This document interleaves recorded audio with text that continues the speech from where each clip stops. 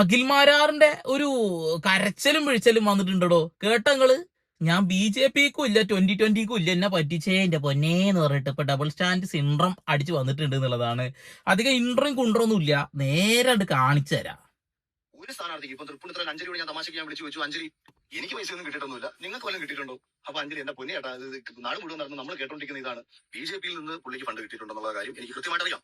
ഇത് ഞാൻ എന്ന് BJPയുടെ തന്നെ ചില നേതാക്കന്മാർ മറ്റു പലരോട് പറഞ്ഞതിൽ നിന്നും എനിക്ക് പണം കിട്ടി എന്ന രീതിയിൽ, അതായത് സാബു ജേക്കബിന് പണം കൊടുക്കുമ്പോൾ അത് എനിക്ക് കിട്ടുമല്ലോ എന്ന അർത്ഥത്തിൽ എന്നോട് സംസാരിച്ചപ്പോൾ എനിക്ക് 5 പൈസ കിട്ടിയില്ല. ഇതെന്താണെന്ന് വെച്ചാൽ പുറത്ത് നമ്മൾ എവിടെ ചെന്നാലും ഇതിന്റെ ഇടയിലൂടെ ഞാൻ വൈഫിന്റെ കുറെ ഗോൾഡ് കൊണ്ട് വിറ്റു.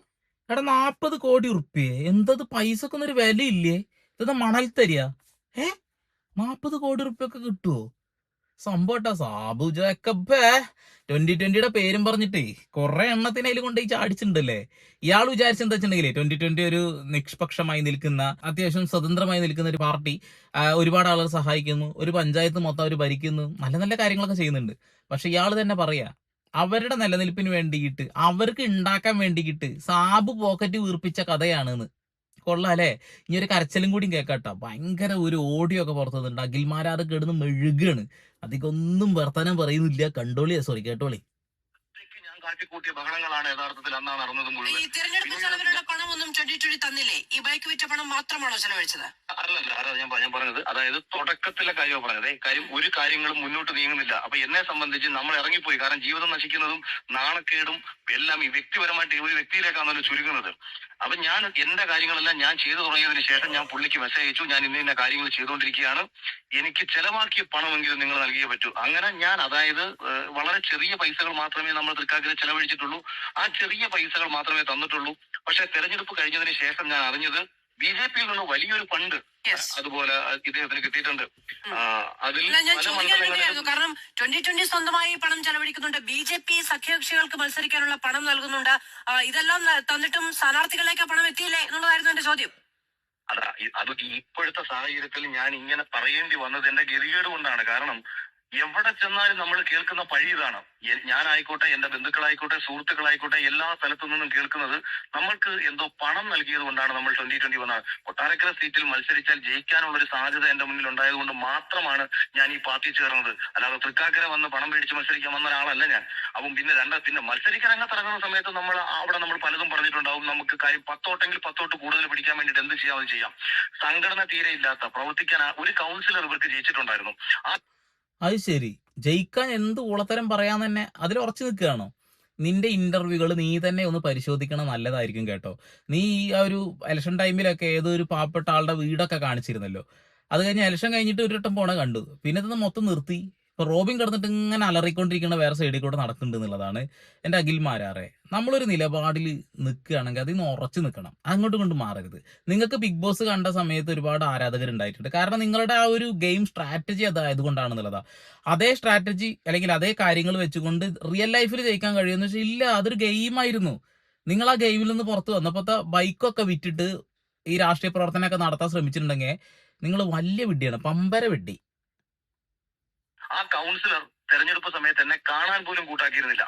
അതായത് അത്രയേറെ അവരിൽ നിന്ന് 2020യിൽ നിന്ന് 2020യുടെ ഈ തീരുമാനത്തിന് ശേഷം അകന്നു പോയവരാണ് എല്ലാവരും. ഇപ്പം മാങ്ങ ചാണകത്തിൽ വീണു എന്ന് പറഞ്ഞ് വാട്സപ്പ് സ്റ്റാറ്റസ് ഇട്ട് പോയവരാണ് മത്സരിച്ച ഭൂരിഭാഗം പേരും. അപ്പൊ ഈ യാഥാർത്ഥ്യം ഞാൻ തെരഞ്ഞെടുപ്പിലേക്ക് എത്തുന്ന സമയത്ത് നമുക്ക് പ്രവർത്തിക്കാൻ ഒപ്പം ആളില്ല. ഞാൻ എന്റെ സുഹൃത്തുക്കളെയും എന്റെ ബന്ധുക്കളെയും നാട്ടുകാരെയും അഖിലിന്റെ കൂടെ വാഹനത്തിൽ ഈ വാഹന പര്യടനത്തിലൊക്കെ ചേർന്ന ദൃശ്യങ്ങളൊക്കെ ഉണ്ടല്ലോ. ഒരു ദിവസം, അതായത് നോമിനേഷൻ കൊടുക്കുന്നതിന്റെ വൈകുന്നേരം, ഇപ്പൊ നമ്മൾ എനിക്ക് തോന്നുന്നു 17 ദിവസം 25 ദിവസത്തോളം തെരഞ്ഞെടുപ്പിൽ ടോട്ടൽ നമുക്ക് പ്രവർത്തന മേഖല ഉണ്ടായത് ഒരേ ഒരു ദിവസം മാത്രമാണ് ഇദ്ദേഹം വന്നത്. അതും ഒരു നാമമാത്രമായ രീതിയിൽ ആ വാഹനത്തിൽ വന്നു നിന്ന് പോയി. ഞാൻ ചോദിക്കുന്നുണ്ട്, നമുക്ക് സഭാ നേതാക്കന്മാരെ സാറിനെ ഒന്നുകൊണ്ട് പരിചയപ്പെടുത്തിയതൂടെ? ഒരു കാര്യങ്ങളും കമ്മ്യൂണിക്കേഷൻ ഇല്ല. തെരഞ്ഞെടുപ്പ് കഴിഞ്ഞപ്പോ ഓക്കെ, എന്തായാലും ഞാൻ 2020 ചേർന്ന് 2020ക്ക് വേണ്ടി പ്രവർത്തിക്കാം. ഞാൻ ചോദിച്ചു, കൊല്ലം ജില്ലയുടെ പ്രസിഡന്റ് ആക്കി നിങ്ങൾ എന്നെ പോസ്റ്റ് ചെയ്യും, ഞാൻ ബാക്കി കാര്യങ്ങൾ എന്നെ കൊണ്ട് ചെയ്യാൻ പറ്റുന്ന രീതിയിൽ ഞാൻ കൊല്ലം ജില്ലയിൽ ഞാൻ ചെയ്യാം. ഒരു മറുപടിയില്ല. ഞാനിവിടെ ഒരു തൃക്കാക്കരയിൽ പാവപ്പെട്ട കുടുംബത്തിന് വീട് വെച്ച് കൊടുക്കുന്നു, സുരേഷ് ഗോപി 4 ലക്ഷം രൂപ തന്ന് സഹായിക്കാമെന്ന് പറയുന്നു. അങ്ങനെ ഞങ്ങൾ അത് വേണ്ടി ചെയ്യാറ് ഈ കാര്യം ഞാൻ ഇദ്ദേഹത്തെ അറിയിക്കുന്നു. നല്ല കാര്യം എന്ന് പറഞ്ഞു പോലും ഒരു മെസ്സേജ് ഇല്ല. നമ്മുടെ കൂടെ തെരഞ്ഞെടുപ്പ് പ്രവർത്തനത്തിന് വന്ന ഒരു പയ്യന്റെ തൃക്കാക്കര തോറ്റു, ശരിയാണ്. പക്ഷെ 2020 നിന്നിടത്ത് എല്ലായിടത്തും തോറ്റല്ലോ. അപ്പൊ അവർക്ക് സ്വാഭാവികമായിട്ട് പിന്നെ രാഷ്ട്രീയം മുന്നോട്ട് കൊണ്ടുപോകണം എന്നൊരു വിചാരം ചിലപ്പോൾ ഉണ്ടാവില്ലായിരിക്കും. 40 കോടി രൂപ പോക്കറ്റിൽ വന്നിട്ടുണ്ടെങ്കിൽ പിന്നെ സാബ് എന്തിനാ മിണ്ടുന്നത്? അത് പോക്കറ്റിലിട്ടിരുന്നാ പോരെ. എന്തായാലും അത് കൃത്യമായി ഒരു അന്വേഷണ വിധേയമാക്കുന്ന നല്ലതായിരിക്കും കേട്ടോ. എങ്ങനെയാണ് ഈ പൈസ വന്നത്, എന്താണ് ഇതിന്റെ സോഴ്സ് എന്നുള്ളതൊക്കെ. ഇനിയിപ്പോ വേണമെങ്കിൽ മതി പാർട്ടി. ഇത് എനിക്ക് തോന്നിയിട്ടുണ്ടായിരുന്നു കേട്ടോ. ഇക്കുറി ആള് വാരാൻ വേണ്ടി തന്നെ കളിച്ചാന്നുള്ളത്. കയ്യില് പൈസ കയ്യിലിടോ, പിന്നെ എന്താ പേടിക്കാനുള്ളേ? അതാണ് ഞാൻ പറയുന്നത്. ഇത് അത് ഇപ്പൊ ഈ പറയേണ്ടി വരുന്നതും ഇപ്പൊ 2020 നിന്ന് ലഭിച്ച ഫണ്ട്. അപ്പൊ എനിക്കതിന്റെ കണക്കറിയാം, പക്ഷെ ഞാൻ ആ കണക്ക് പറയുന്നില്ല. ആ ഫണ്ട് ഏത് രീതിയിലാണ് പല മണ്ഡലങ്ങളിലും ചെലവഴിച്ചിട്ടുള്ളത് എന്നുള്ളതിന്റെ ഏകദേശ ധാരണയും നമുക്കുണ്ട്. അപ്പം വ്യക്തിപരമായിട്ട് ആ ഫണ്ട് ലഭിക്കുക, തെലങ്കാനയിൽ അദ്ദേഹത്തിന്റെ ഒരുപാട് പ്രോജക്റ്റുകൾ നടക്കുന്നുണ്ട്. അത് കേന്ദ്രത്തിൽ നിന്നും അവിടെ നിന്നുള്ള സഹായങ്ങൾ ലഭിക്കുക. ഏതാണ്ട് 1600 കോടി രൂപയാണ് കിറ്റെക്സ് എന്ന് പറയുന്ന കമ്പനിയുടെ ലോസ്. അത് അമേരിക്കയിലെ താരിഫ് മൂലമുണ്ടായ പ്രശ്നമാണ്.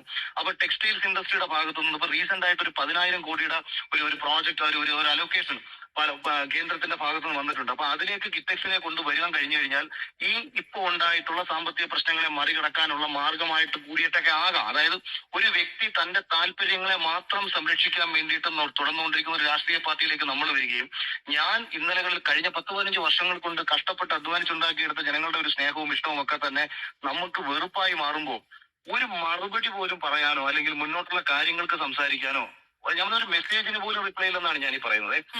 അപ്പം പിന്നെ അത് മാത്രമല്ല, ഇതെല്ലാം നമുക്ക് ഒരു ഭാഗത്തു നിന്ന് കിട്ടുമ്പോൾ ഇപ്പുറത്തു നിന്ന് ജനങ്ങളുടെ ആക്ഷേപം കിട്ടിക്കൊണ്ടിരിക്കുകയാണ്. ഞാൻ എന്റെ ലൈഫിൽ ഞാൻ വർഗീയമായ ഒരു സ്റ്റേറ്റ്മെന്റ് ഞാൻ നടത്തിയിട്ടില്ല, പക്ഷെ എന്നാൽ പോലും ഞാനൊരു വലിയ വർഗീയവാദിയായി മാറിക്കഴിഞ്ഞു കഴിഞ്ഞ 3 മാസം കൊണ്ട്. എന്തുകൊണ്ടറിയോ? നിങ്ങള് BJP-ക്കാർ വർഗീയവാദികളാണെന്ന് പറയുന്ന ഒരുപാട് ഇന്റർവ്യൂകൾ ഇപ്പോഴും കൂടെ കറങ്ങി നടക്കുന്നുണ്ട്. അതേ ആളുകളെ സപ്പോർട്ട് ചെയ്ത് നിങ്ങൾ അങ്ങോട്ട് പോവുകയാണെങ്കിൽ നിങ്ങൾ അത് പറഞ്ഞതിന് തുല്യം, അല്ലെങ്കിൽ നിങ്ങൾ അതിനോട് പങ്കു ചേരുന്നു എന്നാണ് അർത്ഥം. ആളുകൾ കുറ്റം പറഞ്ഞിട്ട് കാര്യമില്ല. പേടിമാണിക്ക് 4 ലക്ഷം ഫോളോവേഴ്സ് പോയെങ്കിൽ എനിക്ക് 70,000 ഫോളോവേഴ്സിനെ നഷ്ടപ്പെട്ടു. എന്നെ ഇഷ്ടപ്പെട്ട ജനതയാണ് എന്നെ തെറി വിളിക്കുന്നത്. അതിന് കാരണക്കാരനായ മനുഷ്യൻ അങ്ങേരുടെ വ്യക്തിപരമായ കാര്യങ്ങൾ നോക്കുകയും നമുക്കതുകൊണ്ട് പഴി കേൾക്കേണ്ടി വരേണ്ട ആ ഭാരം, ആ വിഴുപ്പ് ഞാൻ പേറേണ്ട കാര്യമില്ല. അതുകൊണ്ടാണ് ഇത് തുറന്നു പറഞ്ഞുകൊണ്ട് സ്വതന്ത്രനായി തന്നെ മുന്നോട്ട് പോകാം. ഇന്ത്യയുമായും യാതൊരു ബന്ധവും അഖിൽ മാരാർക്കില്ല.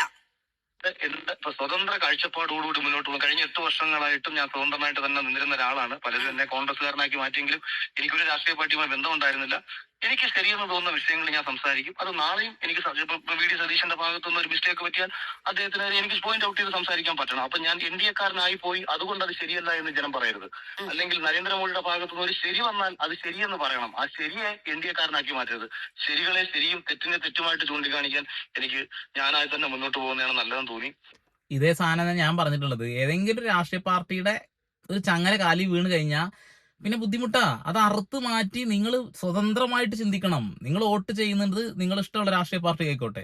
പക്ഷേ ഒരു ചങ്ങലക്കൂട്ടിനുള്ളിൽ പെട്ടുപോയ പ്രശ്നമാണ്. പക്ഷെ ഒരു പ്രശ്നം വരുമ്പോൾ, ഒരു വലിയ ഇഷ്യൂ വരുമ്പോൾ അത് ഏത് രാഷ്ട്രീയ പാർട്ടിയാണെന്ന് നോക്കണ്ട. ആ ഇഷ്യൂ നമുക്ക് പരിഹരിക്കാൻ അവരാണ് ഉത്തമം എന്ന് തോന്നി അതിന്റെ കൂടെ കൂടുക. പക്ഷെ അത് കഴിഞ്ഞ പിന്നെ ചങ്ങലയിൽ നിൽക്കരുത്, തിരിച്ചു വരണം.